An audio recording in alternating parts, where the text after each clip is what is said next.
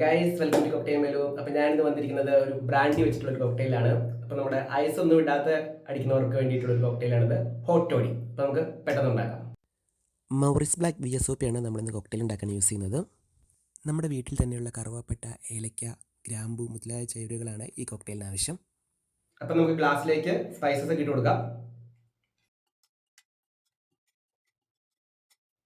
അതിൻ്റെ കൂടെ ഒരു നാരങ്ങ വീര് ഇട്ടാം, ഒരു ഹാഫ് നാരങ്ങ. ഇതിലേക്ക് നമുക്ക് ചൂടുവെള്ളം ഒഴിച്ചു കൊടുക്കാം. ഒരു 2 ടീസ്പൂൺ തേൻ ഒഴിച്ചു കൊടുക്കാം. 60 ml ബ്രാൻഡി.